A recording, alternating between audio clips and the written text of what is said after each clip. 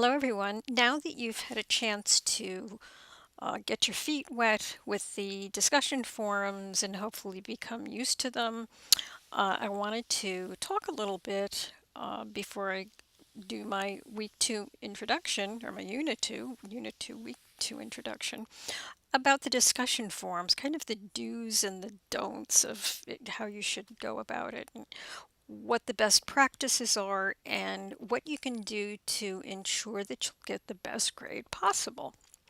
So, I have some slides up, and by the way, by now you probably know that when I do these recordings, they're totally unscripted. So I usually, say and a lot, and I probably sound like a big fool.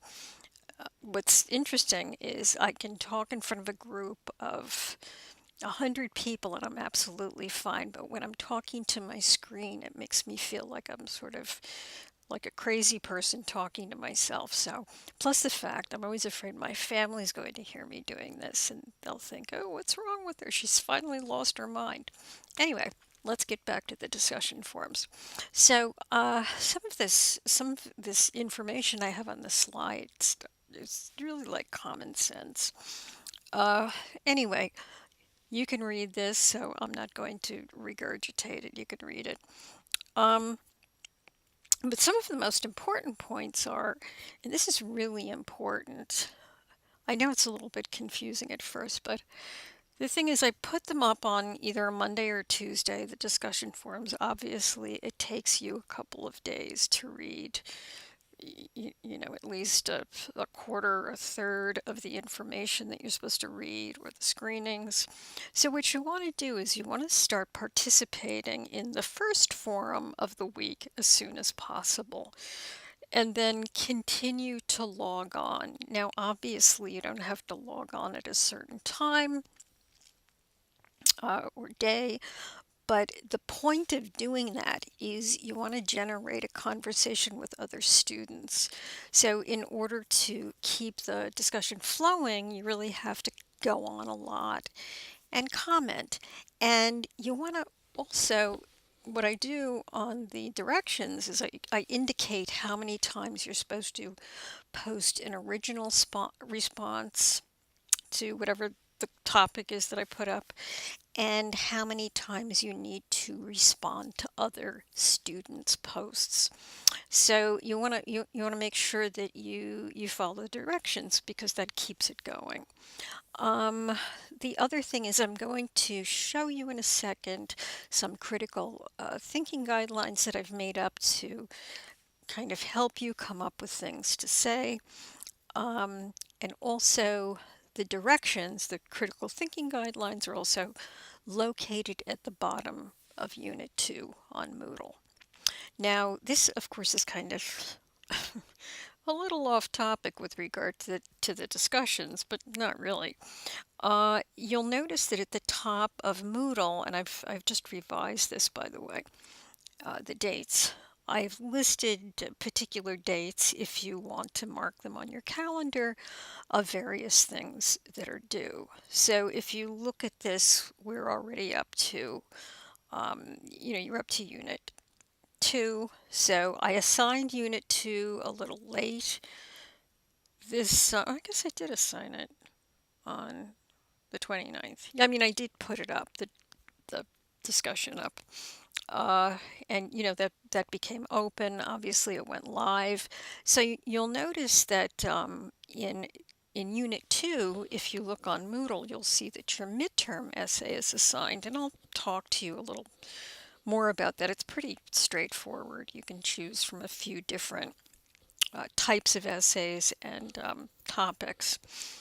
Uh, and then you'll see so on and so forth. Unit 2 discussion is due on the 6th, and so on and so forth. So this is nice, a nice planning guide for you, so you can see the flow of the rest of this quick semester. Now, I just mentioned before the previous slide that I've created some critical thinking guidelines for you to use methods that you can use in order to help you come up with things to say. So if you read through this, I'm not going to read them, but some of them, such as reading the post and paying attention to little small details and making observations in terms of if a student makes a comment and it reminds you of something uh, that might have happened or something else you might have read, it's a good idea to refer to it. And making connections between things. Like if you happen to read an article that might be similar to something that another student is talking about, you might mention it in the post. I mean, the other students' posts. So just read through these, and it should kind of help you come up with things to say. And what I've done on the next slide is just sort of summarize what I was talking about, which and what I mean by criteria is this is what I'm using to grade you. And if you've noticed, of course, on Moodle, I've also posted this rubric information on how I grade you each time you uh, engage in a discussion forum. So what I grade you on is following the directions, and that includes the way that you post. So for simple things like, making sure that you post an original discussion and one or two, whatever the criteria is, responses to other students, you get 20, that's 25% of your grade. The quality of your comments. I can tell if you didn't read the material or do the screenings by the kinds of comments you make.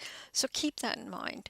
And if you do little things like do a little research and additional research on a topic, and you mention it in your post, then that's great. You'll get extra points. Demonstrate critical thinking in the discussions. And as you saw, the previous slide listed all sorts of critical thinking methods that you can use that are really pretty easy and straightforward. And original thought. So for example, if you're responding to another student and you just basically regurgitate what they said, like, oh, I agree with you, and then just repeat what they said. That's not exactly original thought. So try to, again, use the critical thinking methods to try to come up with some original thoughts of your own on the posts. And of course, this is on Moodle, this discussion rubric.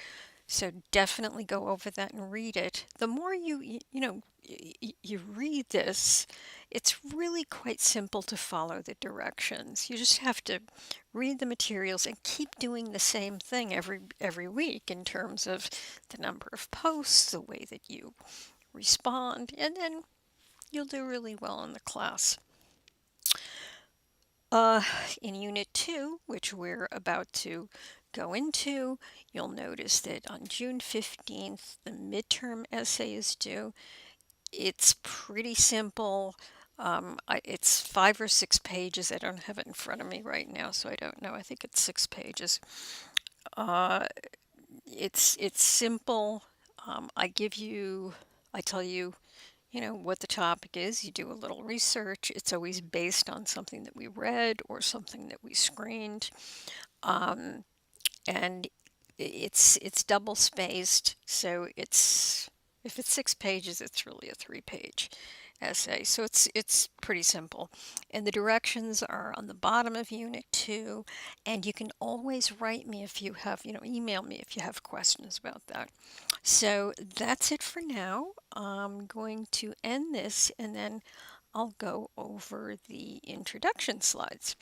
And I hope I didn't sound as foolish this time as I sounded the last time. Anyway, take care.